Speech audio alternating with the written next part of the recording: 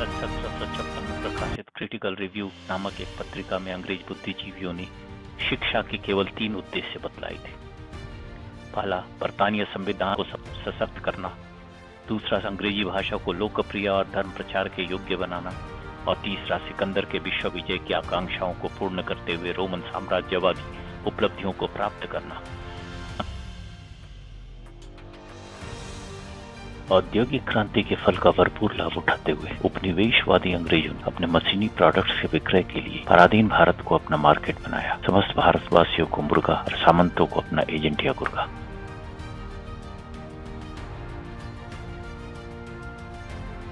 पाश्चात्य भोगवाद या western consumerism का वह मार्केट जमींदारों और रजवाड़ों के आकर्षण का विशेष केंद्र। इस प्रकार उनमें पश्चिमी भोगवादी मानसिकता का बीज बपा। उसी बीज को पुष्पित, पल्लवित और फलित करने के उद्देश्य से आधुनिक भारत में पाश्चात्य शिक्षा की नींव डाली गई। इसकी बागडोर मिशनरियों के हाथ में गई। परिवेश या ऐतिहासिक चेतना का प्रतिबोध या हिस्टोरिकलिटी अस्तित्ववाद की एक नूतन व्याख्या है जो मानवीय अस्तित्व को परिभाषित करता हुआ आधुनिक दर्शन को एक नया आयाम देता है। जर्मन दार्शनिक हेडेगर द्वारा प्रतिपादित यह सिद्धांत मानवीय चेतना के विकास में एक अहम कड़ी है जो शिशु के विकास के साथ साथ ही विकसित होती रहती है। व्यक्ति की चेतना का व्यापक रूप जन चेतना है। जब व्यक्ति की चेतना समाज को प्रभावित करती है और जन चेतना में परिवर्तित होने लगती है तो इतिहास भी उस व्यक्ति को स्वीकार करता है। यही कारण है गांधी इतिहास को मान्य रहे। क्या वही गांधी अपने हिंसात्मक प्रयोग के कारण मध्य पूर्व या किसी पाश्चात्य देश में उतने ही स्वीकार्य होते? क्या गांधी का सत्याग्रह उन देशों में भी उतना ही मान्य होता? शायद नहीं, क्योंकि उन देशों की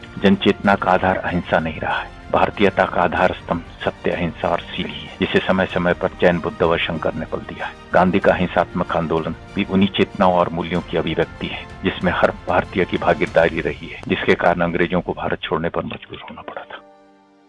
परिवेशीय ऐतिहासिकता के बोध के समूल नाश के लिए और उपनिवेशवादी जड़ों को सबल बनाने की अंग्रेजों ने कोयल क्रो मॉडल का प्रयोग किया था। जिस प्रकार कोयल अन्य पक्षियों के अज्ञान का लाभ उठाते हुए अपने अंडों को अन्य के घरों में प्रसूत व विकसित करवाते, वैसे ही उपनिवेशवादी अपनी आकांक्षाओं का सेयन और लाभ दूसरे देशवासियों की जड़वादिता की जमीन पर करते हैं, जिसे गुलाम मानसिकता वाले जड़वादी एक कौवे की तरह ही कभी भी समझ नहीं पाते।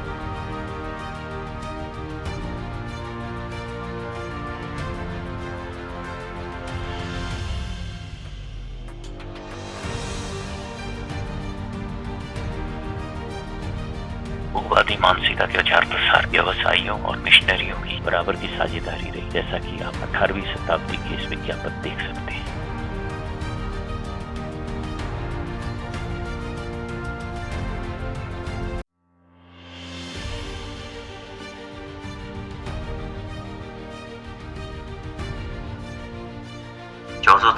में पोप अलेक्जेंडर छह द्वारा उद्घोषित इंटरकाइट्रा नामक आदेश की पृष्ठभूमि पर भारत में पाश्चात्य शिक्षा की नींव पुर्तगाली मिशनरियों ने 16वीं शताब्दी के आरंभ में ही डाल रखी। कोलंबस द्वारा अमेरिका की खोज के बाद पोप ने स्पेन को लाइन ऑफ वर्डिस की पश्चिमतम भूखंड अर्थात अमेरिका तक और पुर्तगालियों को भारत सहित समस्त पूर्वी खंड को जीतकर ईसाईत्व के प्रचार प्रसार के लिए अधिकृत किया था। फलतः 1498 में वास्को ड गामा ने यूरोप से भारत का समुद्री मार्ग खोज निकाला और 1510 में गोवा में पाश्चात्य अध्ययन की शुरुआत कराई। 1540 के दशक में संत जेवियर के आगमन और पोप जॉन III के फरमान के बाद तो ईसाईत्व के प्रचार प्रसार के लिए गोवा की समस्त पाठशालाओं को मिशनरी स्कूलों में तब्दील करा दी। ईसाईत्व के प्रचार प्रसार में अंग्रेज भी पीछे नहीं रहे। William Carey, Charles grant, Wilberforce और ब्रिटेन के क्लैफहैम क्लब, जिसमें मैकॉले के पिता श्री जैकरी मैकॉले भी एक सदस्य के सफल प्रयास से बरतानिया संसद ने भारत में पाश्चात्य शिक्षा प्रणाली लागू करवाने अधिनियम बना।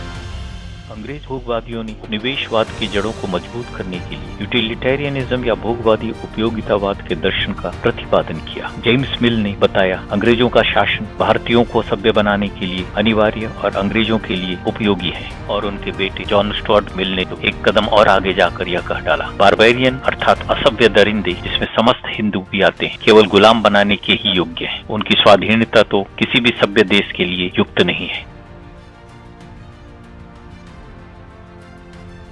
निश्चय भारत में हमें एक ऐसे वर्ग को जन्म देना है जो खून और त्वचा के रंग से तो हिंदुस्तानी दिखे, किंतु रुचि, मानसिकता और विचार से केवल अंग्रेज, जिसे हम अपना गुर्गा बना भारत में शासन कर सके। क्योंकि भारतीय संस्कृति पश्चिमी भोगवाद और मिशनरी ध्येय की पूर्ति में बाधक था, जिसकी प्रामाणिकता 1822 के कलकत्ता मीटिंग के रिपोर्ट में भी वर्णित है। अतः बरतानियाई संसद ने 1835 के अधिनियम को पारित करते हुए संपूर्ण भारत में क्लासिकल लर्निंग को निरस्त करते हुए पाश्चात्य शिक्षा लागू करने का कानून बनाया। उक्त अधिनियम का प्रारूप मैकॉले ने तैयार किया था, जो भारत के समस्त शिक्षा नीतियों का आज भी आधार स्तंभ है। उदाहरण के लिए आज भी अंग्रेजी ज्ञान के बिना ना तो कोई यूपीएससी की सिविल सर्विस अथवा बैंक की परीक्षा पास कर सकता है और ना ही इंजीनियरिंग या मेडिकल कॉलेज की परीक्षा। पिता के नाम एक पत्र में मैकॉले ने लिखा था, मेरे प्यारे पिताश्री, हमारे अंग्रेजी स्कूलों का विकास अद्भुत है और हिंदुओं पर तो इसका प्रभाव चमत्कारिक। अंग्रेजी स्कूलों से शिक्षा प्राप्त करने वाला कोई भी हिंदू अपने धर्म के प्रति अब गंभीर जुड़ाव नहीं रखता। आशा है आने वाले 30 वर्षों में बंगाल में कोई भी कुलीन वर्ग हिंदू नहीं रहेगा।